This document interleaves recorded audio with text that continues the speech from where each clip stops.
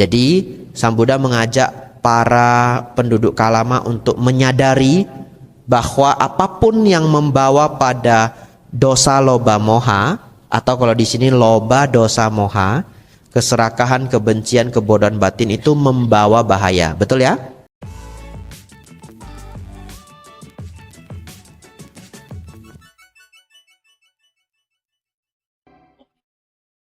Namo tassa bhagavato arahato samma sambuddhassa. Namo tassa bhagavato arahato samma sambuddhassa. Namo tassa bhagavato arahato samma sambuddhassa. Kalena dhamma sakacca eta manggala muttamanti. Yang saya muliakan Buddha, Dhamma, dan Sangha, para tasilani yang hadir, para romo dan ramani, para dayaka dan panitia wihara, serta yang berbahagia, Bapak Ibu, saudara-saudari semuanya, selamat malam, Namo Buddhaya. Namo Buddhaya. Bapak Ibu Saudara, hari yang penuh kebahagiaan, hari ini kita berkumpul untuk belajar Dharma Sang Buddha bersama. Ya, silahkan dilihat kertasnya masing-masingnya.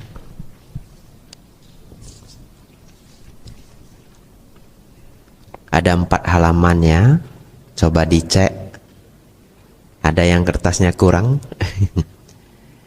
Ya. Bapak Ibu Saudara,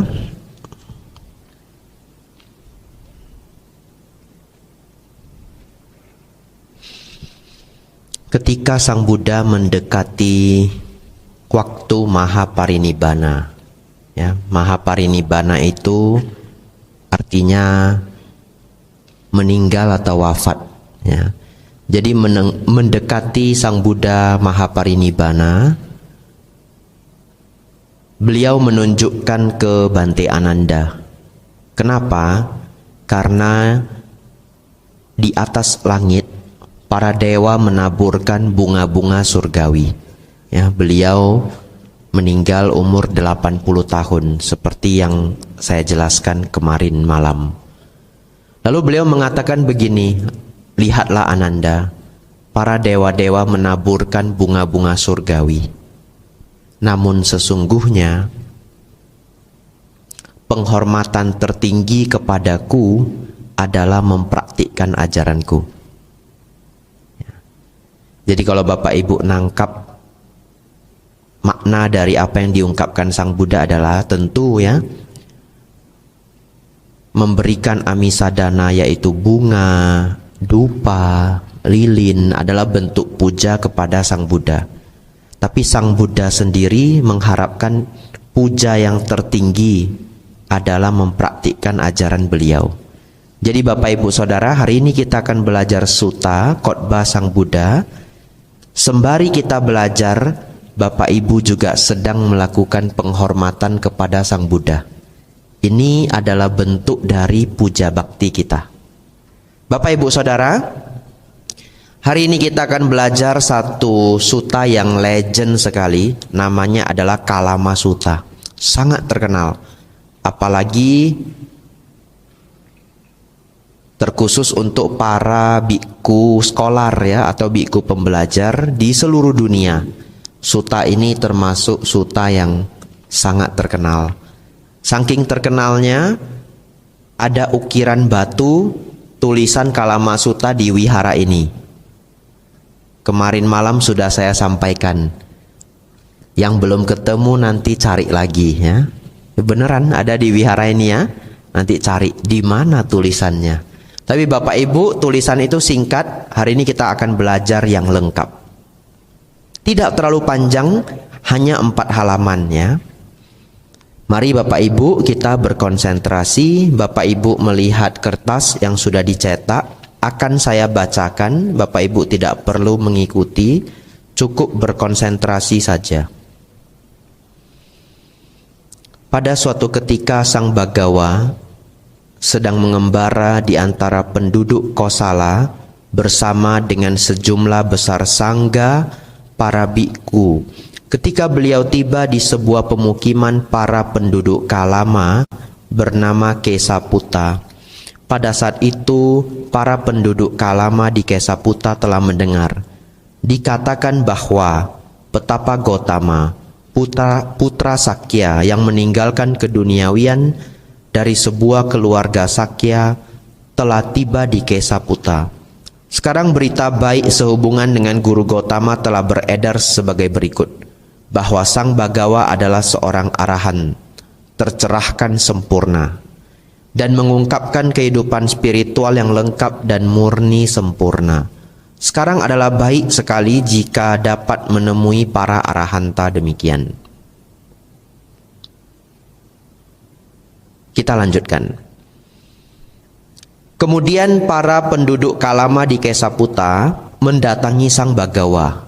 Sang Bagawa ini adalah sinonim dari Sang Buddha. Yang mana Bagawa itu memiliki makna the fortunate one, ya, the fortunate one, yang memiliki keberuntungan, atau sering juga diterjemahkan yang memiliki berkah. Beberapa orang bersujud kepada Sang Bagawa dan duduk di satu sisi. Beberapa hanya berdiam diri dan duduk di satu sisi. Sambil duduk di satu sisi, para penduduk Kalama itu berkata kepada Sang Bagawa. Nah, apa maksud dari yang titik-titik ini? Maksudnya begini. Ini tidak tertulis lagi di suta ini karena ada di suta sebelumnya 3.63. Nanti kalau Bapak Ibu penasaran sekali, masukkan di Google 3.63 Anguttara Nikaya. Ya. Nanti akan keluar website namanya Suta Sentral. Masalahnya keluarnya bahasa Inggris, tapi bisa disetel, bisa diganti jadi bahasa Indonesia. Tapi menunya agak rumit. Ya, Bapak Ibu silahkan berjuang ya. Menunya agak rumit ya. Bapak Ibu Saudara, tetapi yang diungkapkan di sini ya adalah ketika para penduduk Kalama ini datang, ternyata mereka memberi salam kepada Sang Buddha dengan cara yang berbeda-beda. Ada yang setelah datang memberi salam, memberi sujud bahkan baru duduk. Jadi namaskara dulu. Ada yang datang tidak namaskara, sekedar salam. Ada yang datang salam pun tidak mau, duduk aja. Itu maksud dari titik-titik ini. Kenapa demikian? Itu artinya setiap penduduk Kalama yang hadir itu punya tingkat keyakinan dan tingkat respect yang berbeda-beda. Ya. Dan bahkan kami para biku memerhatikan hal ini. Kalau ada umat datang, kami akan melihat bagaimana cara dia menyapa kami. Kenapa? Karena itu akan menentukan kalau dia bertanya jawaban apa yang akan saya jawab. Kalau dia datang sudah Namo Buddhaya Bante, berarti umat Buddha sendiri, betul? Ya. Tapi kalau dia tidak mengerti Namo Buddhaya, kemudian duduk seperti umat yang baru pindah ke Buddhis, saya tahu ini kemungkinan orang baru pindah. Nanti itu akan menentukan jawaban apa yang saya berikan kalau dia mengajak diskusi. Bapak Ibu Saudara, kita lanjutkan. Paragraf ketiga. Dari 4 halaman ini, halaman pertama adalah yang paling penting.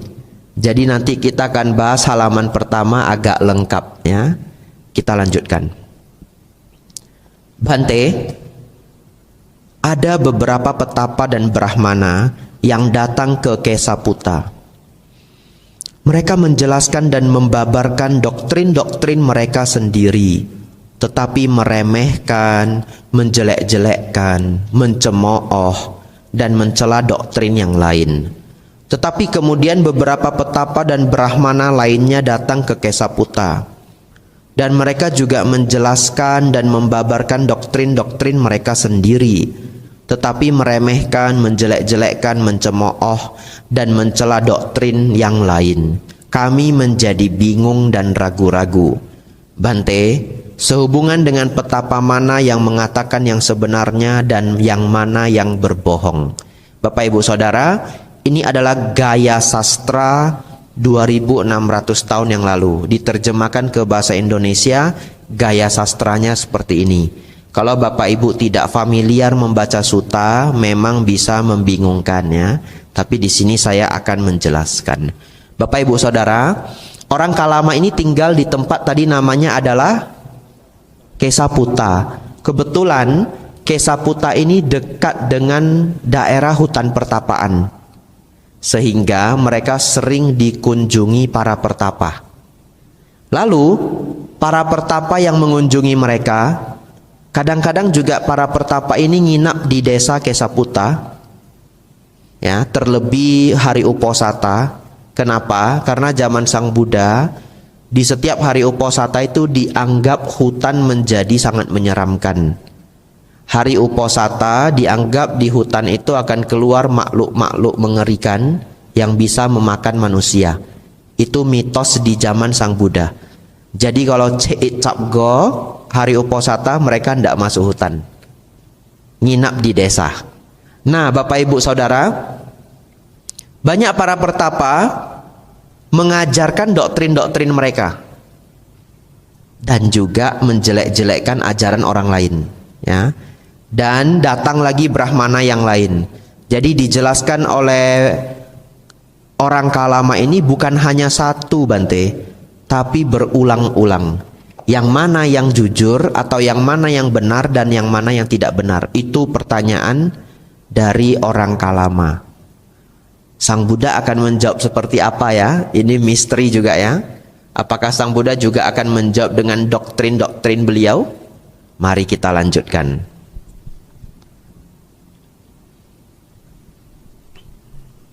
Paragraf keempat.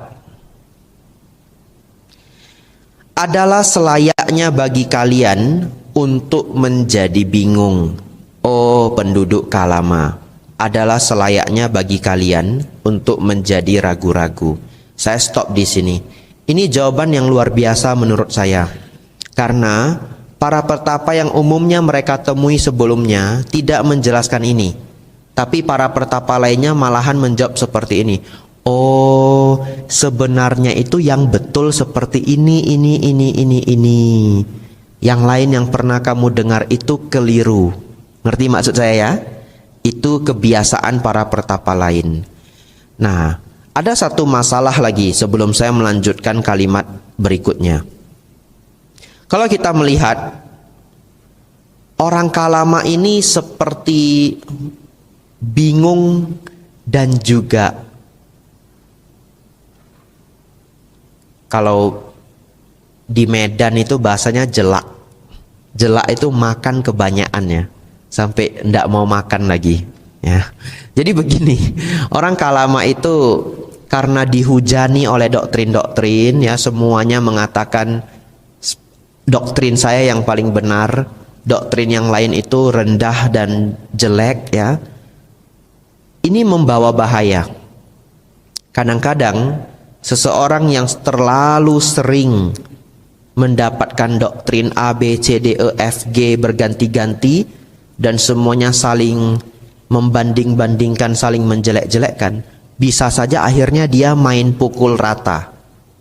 Apa maksudnya main pukul rata? Ndak usah ikut semuanya, pusing. Betul ya? Ndak usah ikut satupun. Nah, itu adalah salah satu bahaya dari dihujani oleh doktrin-doktrin. Bapak Ibu Saudara, di sini kita lanjutkan ya, paragraf keempat. Nanti saya jelaskan lagi. Paragraf keempat. Adalah selayaknya bagi kalian untuk menjadi bingung, oh penduduk Kalama. Adalah selayaknya bagi kalian untuk menjadi ragu-ragu. Keragu-raguan telah muncul dalam diri kalian sehubungan dengan suatu persoalan yang membingungkan.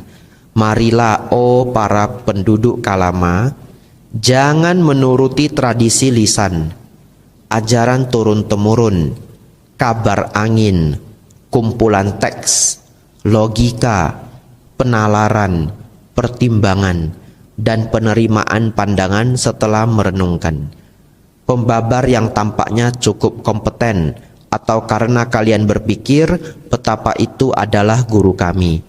Tetapi ketika penduduk Kalama kalian mengetahui untuk diri kalian sendiri, hal-hal ini adalah tidak bermanfaat, hal-hal ini adalah tercela, hal-hal ini dicela oleh para bijaksana, hal-hal ini jika diterima dan dijalankan akan mengarah menuju bahaya dan penderitaan, maka kalian harus meninggalkannya.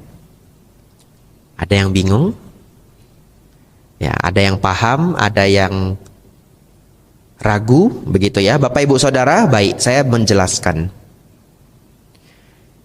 Jadi, Sang Buddha mengiyakan mereka dan juga memberi petunjuk bahwa keraguan-raguan yang Anda miliki itu wajar terjadi. Kenapa Bapak Ibu? Kenapa keraguan-raguan itu wajar saja, malahan baik? Karena Bapak Ibu, keraguan itu adalah tahap awal investigasi. Ya. Betul ya? Karena kita ragu, maka kita investigasi. Jadi uniknya dalam ajaran Buddha Bapak Ibu, kalau Bapak Ibu ragu dengan ajaran Sang Buddha bagian yang mana saja, selalu boleh ditanyakan. Tidak pernah ada tabu. Tidak boleh nanya begitu. Tidak sopan. Tidak pernah. Dalam Buddhis silakan tanya apapun yang Bapak Ibu penasaran. Ya. Dan biasanya para biku atau para guru pun tidak akan menjawab dengan memang sudah begitu. Diyakini saja. Dalam Buddhis jarang begitu.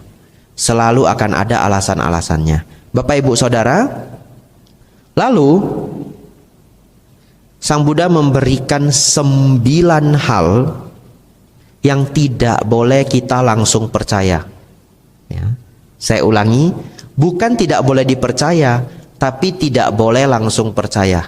Ada 9 hal. Apa 9 itu? Tradisi lisan, ajaran turun-temurun, kabar angin, kumpulan teks, logika, penalaran, pertimbangan, dan penerimaan pandangan setelah merenungkan. Pembabar yang tampaknya cukup kompeten, atau karena kalian berpikir petapa itu adalah guru kami. Ya. Bapak Ibu Saudara, tapi kalau kita pelajari kalimat yang baru saja kita bacakan ini, ya kita sendiri juga belajar dari salah satu dari 9 ini. Betul ya? Coba renungkan. Kita belajar Dhamma dari siapa? Dari para guru. Dari buku-buku. Dari kitab suci. Sutta. Dari teks. Jadi maksud dari paragraf ini adalah bukan tidak boleh percaya 9 ini. Tapi tidak boleh langsung percaya.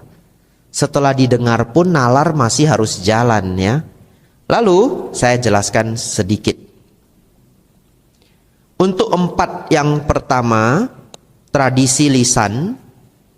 Tradisi lisan itu di zaman Sang Buddha sama dengan kitab suci karena waktu itu belum ditulis ya. Yang kedua ajaran turun temurun, yang ketiga kabar angin, yang keempat kumpulan teks. Bapak Ibu baca, ada kata kumpulan teks. Karena menurut Bante Payutto, saya belum cari sumbernya, tapi menurut Bante Payutto, seorang guru Dharma sangat terkenal di Thailand, sesungguhnya zaman Sang Buddha sudah ada pencatatan, sudah ada aksara. Hanya para biku tidak mau mengandalkan hal itu karena dianggap tidak akurat. Mereka masih menggunakan penghafalan, belum mempercayai pencatatan 100%. Dan ada benarnya setelah dipikir-pikir. Kalau penghafalan karena sering diulang sangat sulit untuk diubah. Tapi kalau pencatatan bisa saja loh diselip-selipi orang, kitab itu jadi berubah kita tidak tahu. Betul ya? Ya, tetapi kalau dihafalkan sangat sulit untuk diubah-ubah. Tapi dari informasi ini kita tahu bahwa sudah ada yang namanya kumpulan teks. 4 ini tradisi lisan, ajaran turun-temurun, kabar angin, kumpulan teks. Ini disebut keyakinan otoritas, ya. Apa maksud dari istilah keyakinan otoritas? Karena kuat sekali 4 sumber ini, biasanya orang cenderung akan percaya saja, ya. Apalagi sudah dikatakan kitab suci. Kumpulan teks itu istilah lainnya adalah kitab suci, ya. Ini disebut keyakinan otoritas. Selanjutnya adalah logika, penalaran, pertimbangan, dan penerimaan pandangan setelah merenungkan. Pembabar yang tampaknya cukup kompeten atau karena kalian berpikir petapa itu adalah guru kami. Bapak Ibu Saudara, ada beberapa informasi sebelum saya lanjut ke informasi ke paragraf selanjutnya. Kalau kita baca sutta ini, Sang Buddha menjelaskan penjelasan ini dengan cukup mendalam. Kenapa demikian?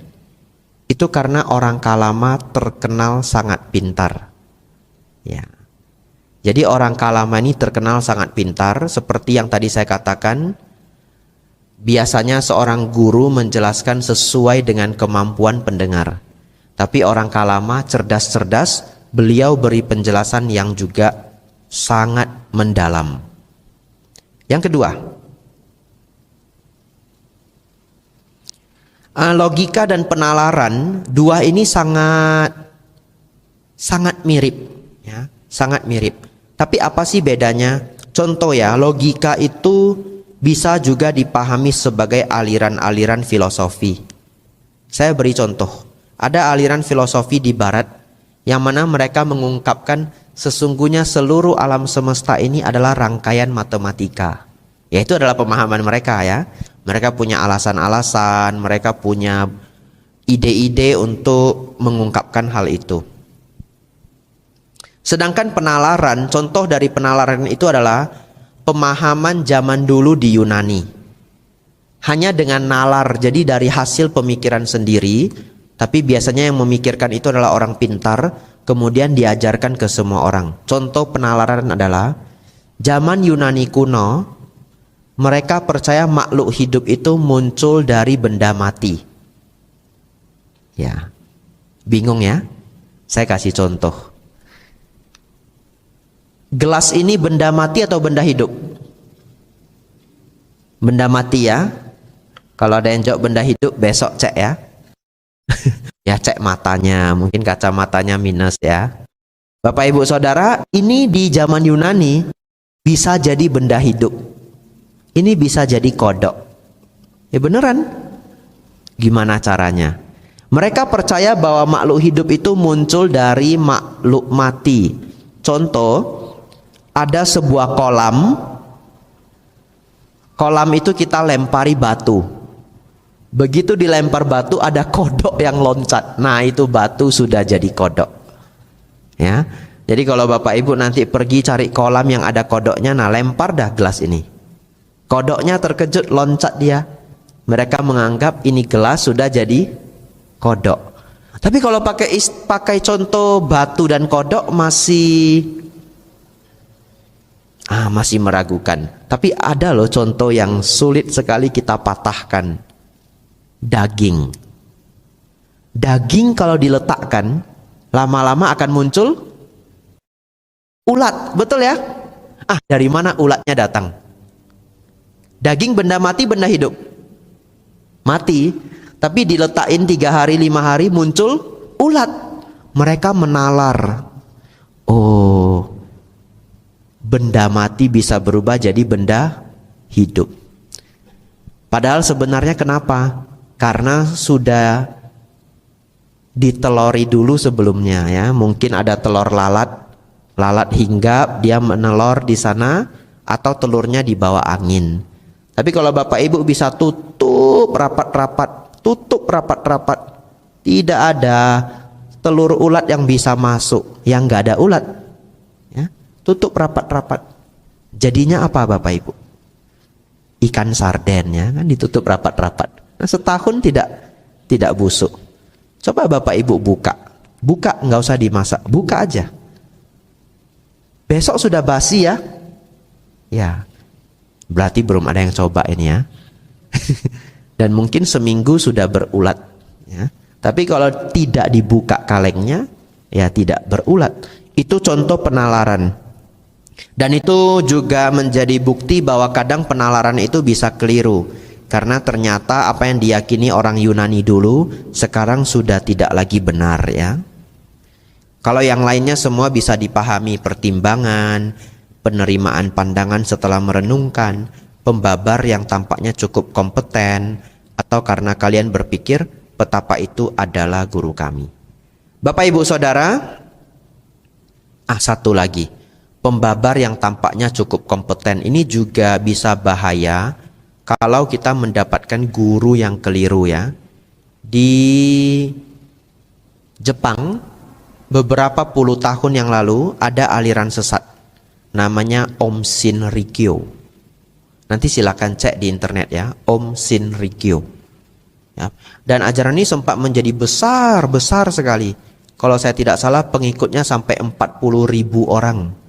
40.000 orang itu banyak Bapak Ibu.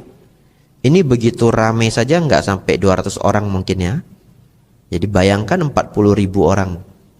Kita buat asada puja di ITC setahun sekali di Borobudur. Dulu sebelum pandemi ya, manusianya seramai itu katanya 18.000 orang. Belum 40.000 ya. Coba bayangkan, 40.000 itu banyak. Tapi akhirnya ajaran ini semakin hari semakin sesat, semakin hari semakin sesat. Karena pemimpinnya ingin jadi presiden tapi gagal. Ya, akhirnya dia membuat kekacauan di Jepang. Salah satunya adalah melepaskan gas racun di kereta api. Dan yang mati cukup banyak. Itu salah satu contoh kalau kita bertemu guru yang salah sangatlah berbahaya. Walaupun bisa saja dia kompeten begitu ya. Kita lanjutkan. Paragraf kelima. Nah ini luar biasanya Sang Buddha. Sang Buddha memberi petunjuk kepada para penduduk Kalama. Apa yang harus mereka lakukan. Yang pertama. Lihat paragraf kelima itu ada angka 1 di sampingnya betul? Ya itu yang pertama. Bagaimana menurut kalian para penduduk Balikpapan? Ketika keserakahan muncul dalam diri seseorang, apakah hal itu demi kesejahteraan atau bahaya baginya? Bagaimana? Serakah itu bikin apa demi kesejahteraan atau demi bahaya? Demi bahaya baginya Bante, jawab penduduk Kalama ya. Para penduduk Kalama, seseorang yang penuh keserakahan, dikendalikan oleh keserakahan, pikirannya dikuasai oleh keserakahan, akan melakukan pembunuhan, mengambil apa yang tidak diberikan, melakukan pelanggaran dengan istri orang lain, dan mengucapkan kebohongan.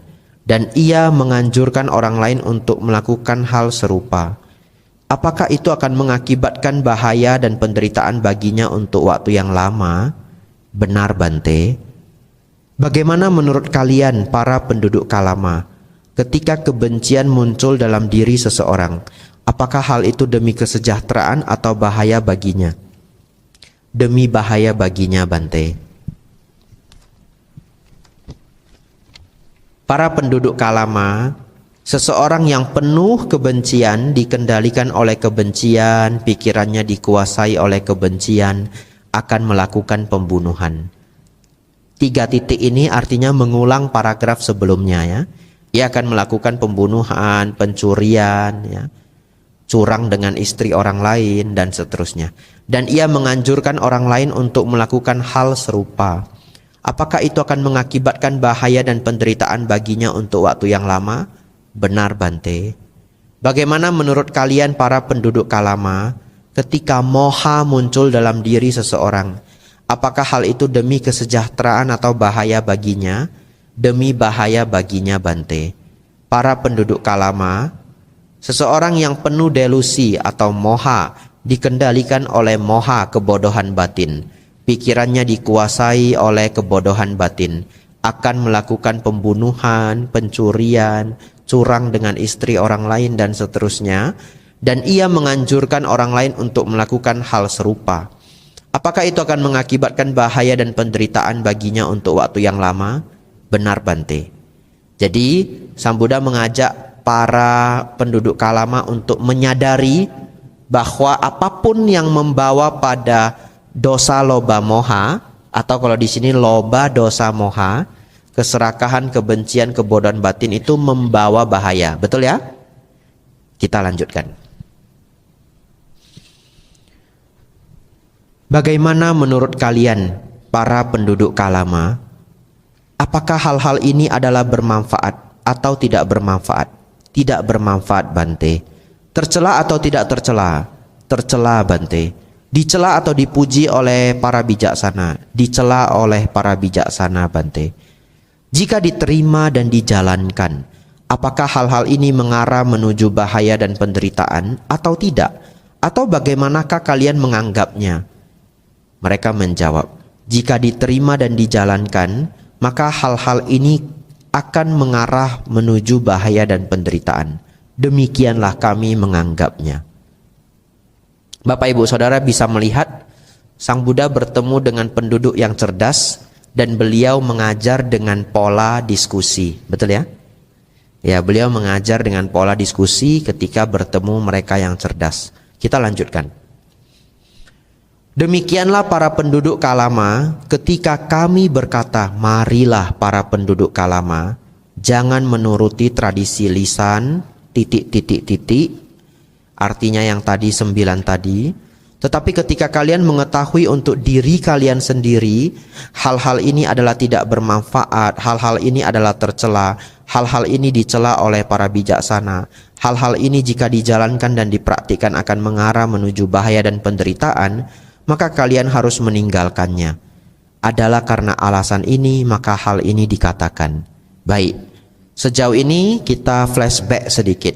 Apa maksud dari ajaran Sang Buddha sejauh ini? Maksudnya adalah, kalau kita melihat yang 9 tadi,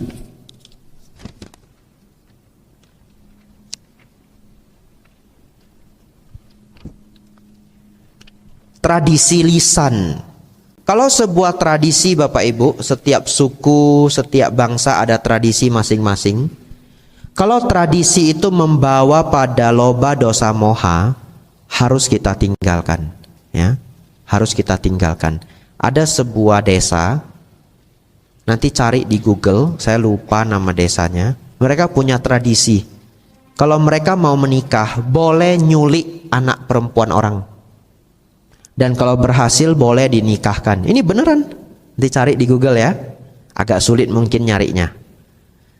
Jadi akhirnya ada wanita yang dia sudah punya pria yang dia sukai sebenarnya.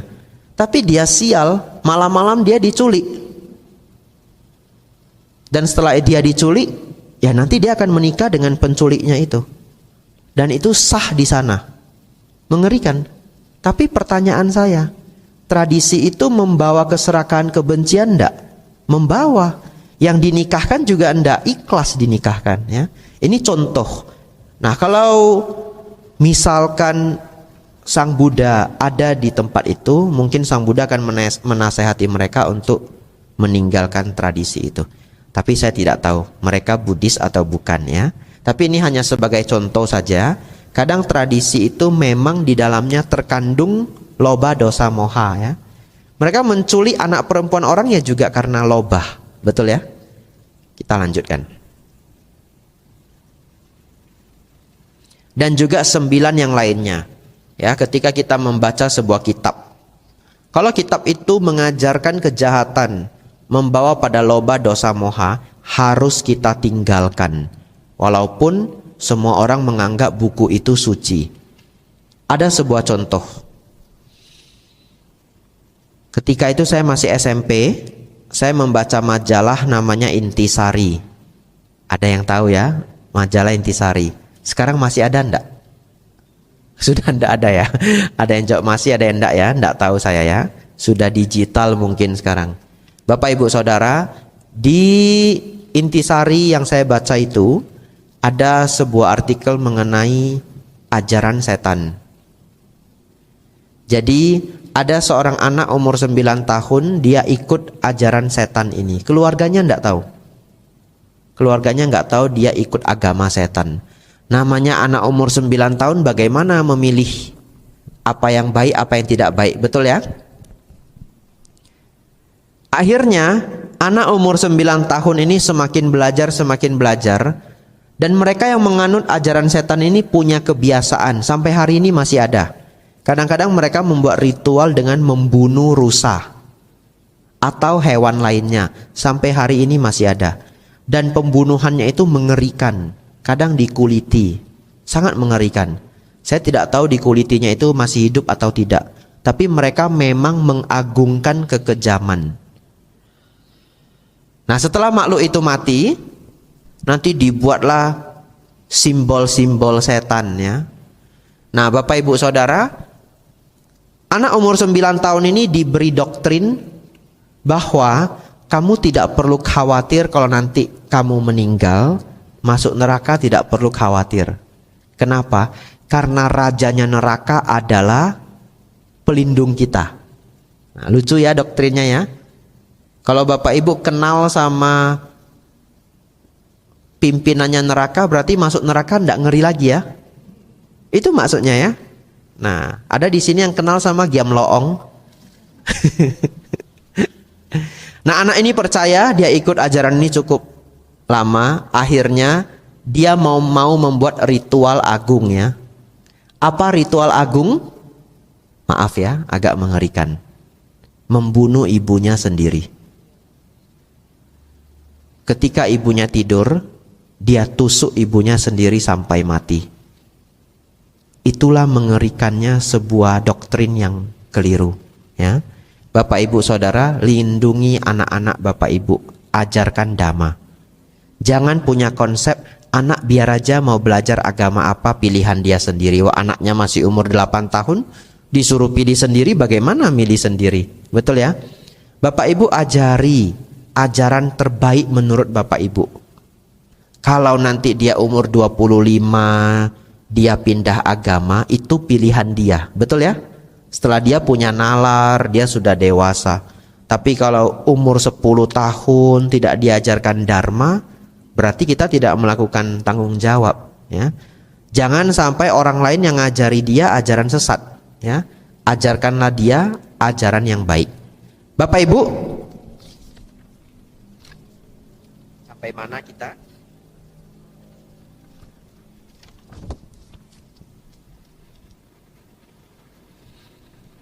Halaman 3.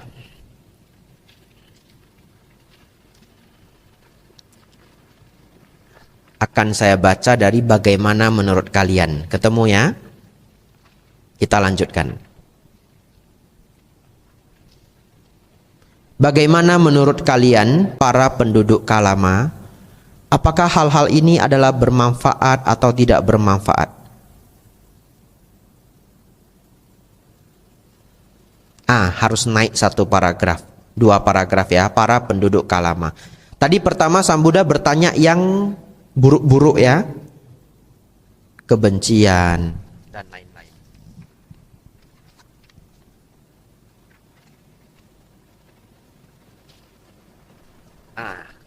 Halaman 2 masih ya.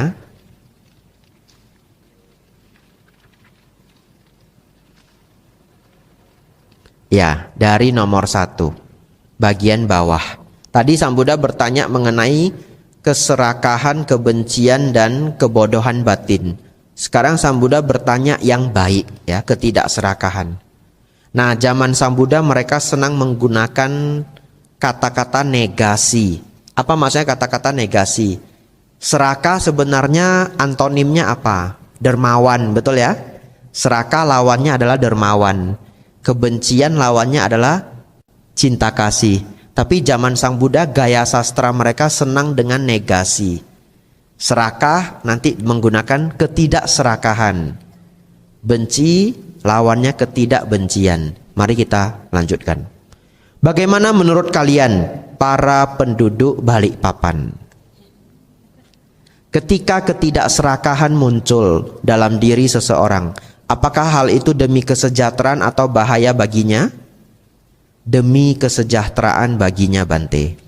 Para penduduk Kalama, seseorang yang tanpa keserakahan, tidak dikendalikan oleh keserakahan, pikirannya tidak dikuasai oleh keserakahan, tidak akan melakukan pembunuhan, tidak mengambil apa yang tidak diberikan, tidak melakukan pelanggaran dengan istri orang lain, dan tidak mengucapkan kebohongan. Dan ia juga tidak akan menganjurkan orang lain untuk melakukan hal serupa. Apakah itu akan mengakibatkan kesejahteraan dan kebahagiaan baginya untuk waktu yang lama? Benar Bante. Jadi penduduk Kalama mengiyakan kalau orang tidak serakah, maka ia akan mendapatkan kesejahteraan. Jadi kita juga mendapatkan petunjuk di sini, orang Kalama selain cerdas juga bermoral, ya. Karena mereka menjauh mengikuti moral baik. Kita lanjutkan.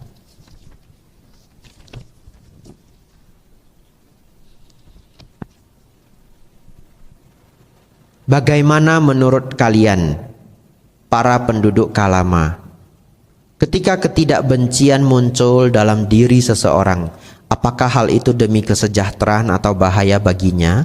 Demi kesejahteraan baginya Bante. Para penduduk Kalama, seseorang yang tanpa kebencian, tidak dikendalikan oleh kebencian, pikirannya tidak dikuasai oleh kebencian, tidak akan melakukan pembunuhan, dan seterusnya. Dan ia juga tidak akan menganjurkan orang lain melakukan hal serupa. Apakah itu akan mengakibatkan kesejahteraan dan kebahagiaan baginya untuk waktu yang lama? Benar Bante. Bagaimana menurut kalian para penduduk Kalama, ketika ketidakdelusian muncul dalam diri seseorang, apakah hal itu demi kesejahteraan atau bahaya baginya? Demi kesejahteraan baginya Bante. Para penduduk Kalama, seseorang yang tidak terdelusi, ya, atau sederhananya tidak berpandangan salah, ya. Contoh pandangan salah apa? Anak kecil yang ikut aliran setan tadi, ya, berpandangan salah. Kasihan, ya, dia jadi kehilangan ibu seumur hidupnya, melakukan garuka kama, ya, aku salah garuka kama, membunuh ibu sendiri. Padahal dia tidak paham, tapi tidak paham pun karma tetap berjalan, ya. Bapak Ibu mau percaya listrik itu bisa nyetrum ataupun tidak, Bapak Ibu colokkan tangan di lubang listrik itu tetap akan tersetrum, ya.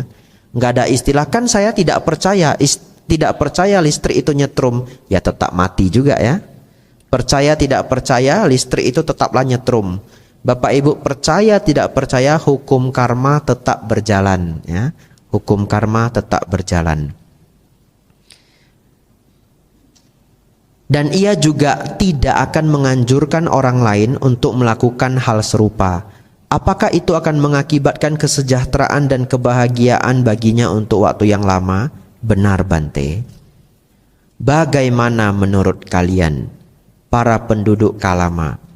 Apakah hal-hal ini adalah bermanfaat atau tidak bermanfaat? Bermanfaat Bante.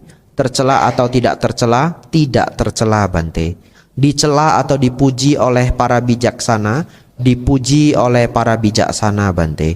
Jika diterima dan dijalankan, apakah hal-hal ini mengarah menuju kesejahteraan dan kebahagiaan atau tidak? Atau bagaimanakah kalian menganggapnya?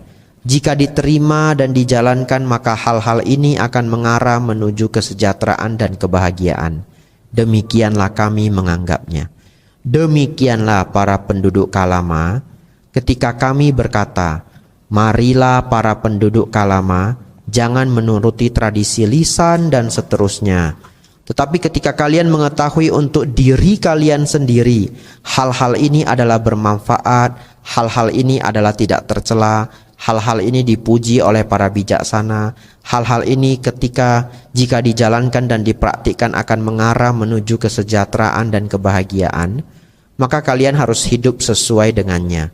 Adalah karena alasan ini maka hal ini dikatakan. Saya stop dulu sampai di sini. Bapak Ibu Saudara, jadi kita belajar dari Sang Buddha hari ini, apa yang menjadi filter kita sebuah ajaran itu baik atau tidak baik. Filternya adalah dosa loba moha, ya. Mau apapun sumbernya, mau siapapun yang menceritakannya, kalau sudah mengarah pada dosa loba moha, tinggalkan. Saya beri contoh satu lagi. sekitaran setahun lebih yang lalu ada sebuah masalah di Thailand. Waktu itu sepertinya saya masih di Thai, jadi berarti sudah hampir 2 tahun. Ya, ada seorang biku yang melakukan ritual bunuh diri. Ya, mungkin beberapa ada yang membaca. Dan biku ini sudah merencanakannya untuk waktu yang lama. Jadi dia sudah membuat itu ya, kalau tidak salah namanya guillotine ya, yang untuk hukum pancung seperti di film-film Eropa, yang pisaunya jatuh begini. Dia buat sendiri, dia desain sendiri, dan ketika waktunya dia gunakan sendiri dan dia mati. Dan ini masuk berita internasional bahkan. Karena waktu itu saya ada di sana, ada di Thailand, jadi saya nanya teman saya, sebenarnya apa yang terjadi? Karena saya sendiri jarang nonton berita Thai. Sudah lama saya tidak mengikuti berita terlalu banyak. Karena makin diikuti makin stres. Ya. Dan tidak ada kepentingan saya juga untuk banyak membaca berita. Kalau saya berita yang saya tahu itu yang sangat-sangat headline. Yang sangat-sangat headline saya tahu. Tapi kalau yang sekedar-sekedar saya sudah tidak tahu. Bapak ibu saudara, kata teman saya, ternyata biku itu mengikuti kitab kuno. Kitab kuno itu masih bagian dari keyakinan kitab tafsir. Padahal kitab kuno itu sebenarnya 300 tahun yang lalu sudah di-ban oleh kerajaan Thailand. Entah bagaimana dia bisa ketemu bukunya. Dan dia percaya kalau dia melakukan ritual pancung itu, dia mengorbankan dirinya demi kebaikan dhamma. Tidak tahu doktrinnya seperti apa. Nah, ini orang tidak ikut filter. Kalau Anda bunuh diri mati, bagaimana meditasi mencapai nibbana? Betul enggak?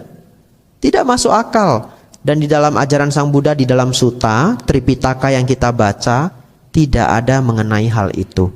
Ya, tapi itulah karena merupakan kitab tafsir yang dia percayai, akhirnya dia melakukan itu. Kalau Sang Buddha masih hidup, pasti itu digolongkan sebagai praktik kebodohan ya. Oleh karena itu Bapak Ibu, kapanpun Bapak Ibu menemukan buku, kitab ya, walaupun mungkin berlabel bahkan berlabel ajaran Buddha, gunakanlah filter ini. Ikuti yang adosa, aloba, amoha, yang membawa pada meta, karuna, mudita, upekha. Tapi kalau membawa pada adosa, aloba, amoha, kalau membawa pada loba, dosa, moha, tinggalkan ya. Kita lanjutkan. Kemudian para penduduk Kalama, siswa mulia itu yang hampa dari kerinduan. Maksudnya hampa dari keinginan. Karena kemarin kita sudah belajar nafsu keinginan itu membawa pada dukkha ya. Jadi beliau sedang memberi contoh kalau seseorang telah menjadi mulia, batinnya telah menjadi luhur, ini loh ciri-cirinya ya. Hampa dari kerinduan, hampa dari niat buruk, tidak bingung, memahami dengan jernih, penuh perhatian, berdiam dengan meliputi satu arah, dengan pikiran yang dipenuhi dengan meta, cinta kasih, dengan dipenuhi dengan karuna, belas kasihan, dengan pikiran yang dipenuhi dengan kegembiraan altruistik atau mudita. Altruistik itu adalah perbuatan kedermawanan ya, dalam bahasa akademik sering disebut altruism atau altruistik. Dengan pikiran yang dipenuhi dengan keseimbangan atau upekha. Demikian pula dengan arah kedua, ketiga dan keempat. Demikian pula ke atas, ke bawah dan ke sekeliling, dan ke segala penjuru, dan kepada semua makhluk seperti kepada diri sendiri. Ia berdiam dengan meliputi seluruh dunia dengan pikiran yang dipenuhi dengan keseimbangan, luas, luhur, tanpa batas, tanpa permusuhan, tanpa niat buruk. Bapak Ibu Saudara, di sini luar biasa sekali ungkapan ini. Jadi kalau seseorang disebut suci, disebut mulia, ya, disebut suci itu harus punya karakter ini. Jadi kalau satu hari Bapak Ibu diajak teman, sampai ke tempat yang jauh. Tiba di sana semua orang sedang menghormat pada satu sosok dan semua orang mengatakan itu orang suci. Kamu beruntung loh bisa ketemu dia. Dia jarang loh ke Indonesia. Itu orang suci loh. Ayo kita minta berkah. Ya. Dan sampai zaman ini hal-hal seperti itu masih ada. Ya. Hanya saya tidak menyebutkan nama dan contoh karena cukup sensitif. Kalau Bapak Ibu dipertemukan dengan orang suci, lihat. Ini menjadi ciri-cirinya. Kalau tidak mengikuti ciri-ciri ini, maka secara dharma bukan orang suci. Ya. Yang pertama, hampa dari kerinduan. Atau kita bisa melihat dia sedikit keinginan. Ya. Hampa dari niat buruk. Ya. Tidak ada ucapan, pikiran, perbuatan jahat terhadap orang lainnya. Tidak bingung ya, mantap dalam berpikir. Memahami dengan jernih, penuh perhatian, berdiam dengan meliputi satu arah dengan pikiran yang dipenuhi dengan metta, karuna, mudita, upekha. Jadi Bapak Ibu Saudara, kalau Bapak Ibu sulit menghafal ini semua, hafal saja. Karakter dari orang suci adalah metta, karuna, mudita, upekha. Kalau Bapak Ibu ingin menjadi luhur, pelan-pelan kembangkanlah metta, karuna, mudita, upekha. Kemudian juga tanpa nafsu, tanpa kebencian dan yang lainnya. Lanjut. Siswa mulia ini para penduduk Kalama yang pikirannya tanpa permusuhan seperti ini, tanpa niat buruk, tidak kotor dan murni, telah memenangkan 4 jaminan dalam kehidupan ini. Ini bagus sekali 4 jaminan ini ya. 4 jaminan ini ada di mana? Halaman keempat ya. Ya betul toh? Ini bagian yang juga sangat luar biasa ya. Akan saya bahas setelah saya minum dulu ya.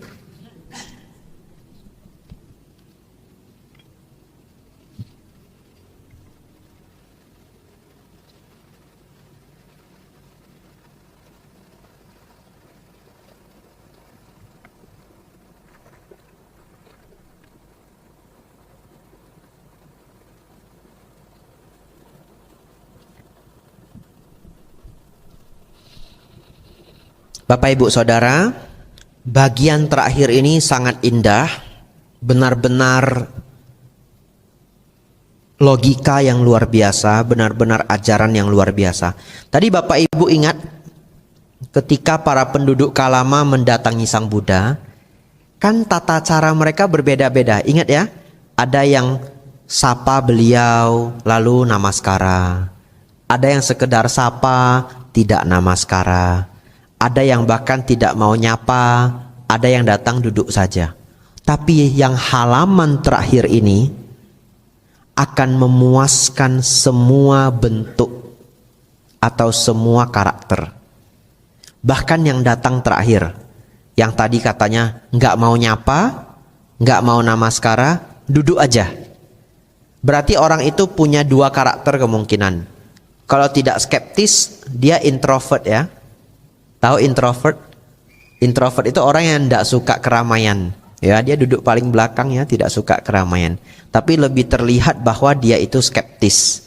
Skeptis artinya apa? Tidak gampang percayaan. Ya, orang skeptis, orang yang tidak gampang percayaan. Sang Buddha memberi penjelasan ini memuaskan semua pihak, bahkan mereka yang skeptis. Mari kita baca pelan-pelan. Jaminan pertama yang ia menangkan adalah sebagai berikut.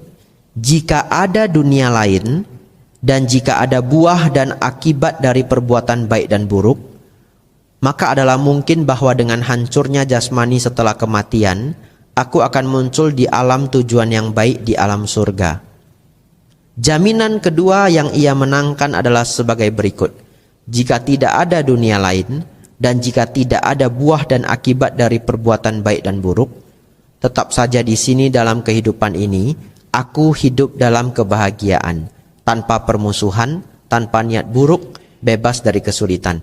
Baik, saya akan jelaskan. Ini indah sekali. Bapak Ibu Saudara, kan tadi ada sekelompok orang skeptis, betul ya? Kalau saya tanya Bapak Ibu, setelah kita mati, kita terlahir kembali lagi enggak? Iya, karena kita memiliki saddah, betul ya? Kita yakin ada yang namanya punarbawa, kelahiran kembali. Kita yakin ada yang namanya 31 alam kehidupan. Tapi kalau ada orang yang nggak yakin, boleh enggak? Ya boleh ya, karena kan tadi di depan Sang Buddha mempersilahkan untuk ragu, betul ya?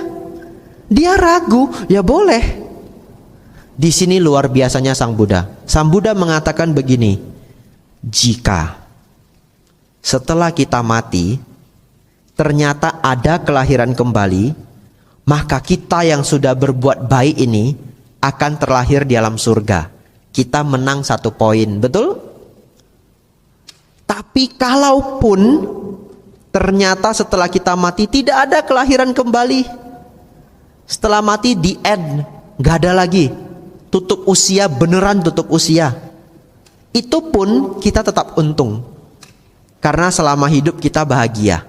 Kenapa? Karena tadi dijelaskan, kalau kita hidup dengan tanpa permusuhan, tanpa keserakahan, tanpa kebodohan batin, hidup kita lancar dan aman jaya, betul? Tidak banyak musuh, tidak masuk penjara, tidak dicurigai orang, tidak dituduh, apapun yang dilakukan lancar, punya nama baik, dihargai, dihormati, punya teman baik, dan seterusnya. Bapak Ibu Saudara, kalaupun tidak ada kelahiran kembali, kita tetap untung, betul? Jadi sederhananya satu paragraf ini sederhananya begini. Bagi mereka yang baik, mengembangkan adosa alobama amoha, kalau ternyata tidak ada kelahiran kembali, dia untung 1 poin.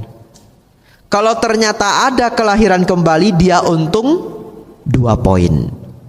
Kita lanjutkan. Jaminan ketiga yang ia menangkan adalah sebagai berikut.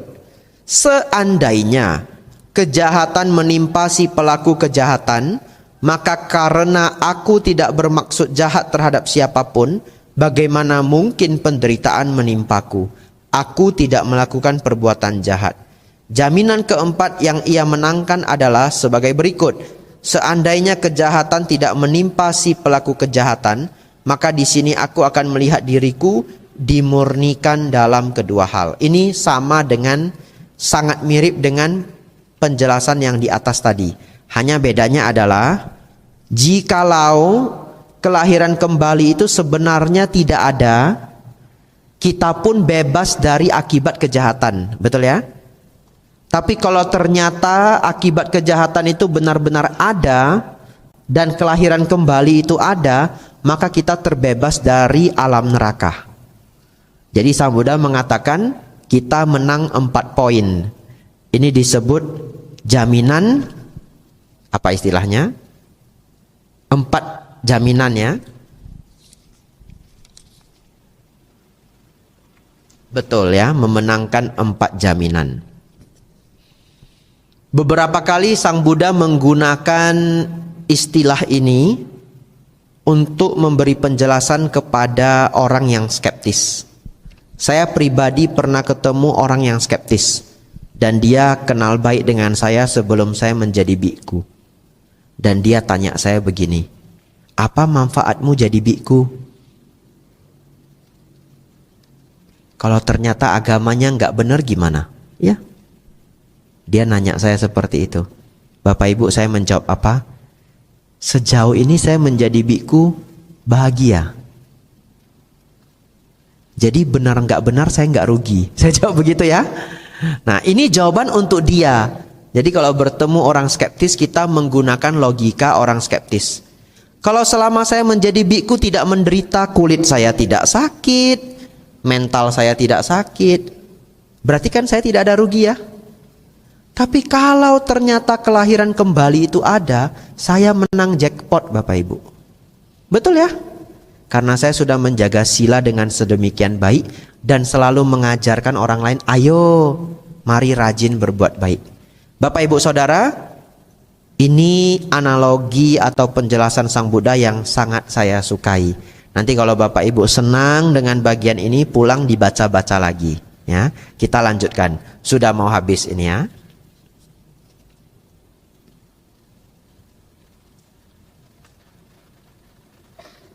Demikian Sang Bagawa, demikianlah. Yang sempurna, siswa mulia ini, yang pikirannya tanpa permusuhan seperti ini, tanpa niat buruk, tidak kotor dan murni, telah memenangkan 4 jaminan dalam kehidupan ini. Ini ungkapan orang Kalama ya. Jaminan pertama yang ia menangkan, seperti di atas. Hingga jaminan keempat yang ia menangkan adalah sebagai berikut. Seandainya kejahatan tidak menimpa si pelaku kejahatan, maka di sini aku akan melihat diriku dimurnikan dalam kedua hal. Siswa mulia ini Bante, yang pikirannya tanpa permusuhan seperti ini, tanpa niat buruk, tidak kotor dan murni, telah memenangkan 4 jaminan ini dalam kehidupan ini. Bagus sekali Bante, sadu Bante, sadu Bante. Kami berlindung kepada Sang Bagawa, kepada Dhamma dan kepada Sangga. Budang saranang gacami, Dhammang saranang gacami, Sanggang saranang gacami. Sudilah Sang Bagawa menganggap kami sebagai umat-umat awam yang telah menerima perlindungan sejak hari ini hingga akhir hidup kami. Bapak Ibu Saudara, semua umat Kalama jadi murid Sang Buddha. Ini ungkapannya. Tidak setiap sutta ditutupi dengan ungkapan ini. Jadi Bapak Ibu jangan berpikir setiap orang ketemu Sang Buddha lalu menjadi murid Sang Buddha. Enggak. Ada yang enggak ngefek. Setelah Sang Buddha menjelaskan panjang begini, dia menjawab begini. Ya baik Sang Buddha, baik, saya masih banyak pekerjaan, sudilah saya meninggalkan tempat. Ada yang seperti itu. Ya, jadi tidak semua menerima Sang Buddha sebagai guru. Bapak Ibu saudara-saudari, Bapak Ibu bisa melihat bahkan dari semua sebegitu panjang sutta ini penjelasan Sang Buddha kepada orang Kalama begitu kagum pada ungkapan yang terakhir ya, 4 kemenangan. Sampai-sampai mereka mengulang ini. Lalu mereka mengucapkan sadu Bante, sadu Bante, sadu Bante, budang saranang gacami, Dhammang saranang gacami, Sanggang saranang gacami. Jadi Bapak Ibu sekarang sudah tahu kenapa Wisudi mengucapkan Buddha, Dhammang, Sanggang saranang gacami. Niru orang ini ya, niru orang-orang zaman Sang Buddha. Tidak hanya orang Kalama, orang-orang lain kalau kagum ingin jadi murid Sang Buddha, dia ungkapkan ini. Bapak Ibu Saudara, sudah kita habiskan Kalama Sutta pas 1 jam. Tadi mulainya 7.50, habisnya 8.50. Selamat Bapak Ibu, Anda telah memenangkan 4 jaminan ya. Ya, sadu, sadu, sadu. Kalau ternyata kelahiran kembali itu ada, masuk surga semuanya ya. Ya. Setelah ini kita tanya jawab, silahkan.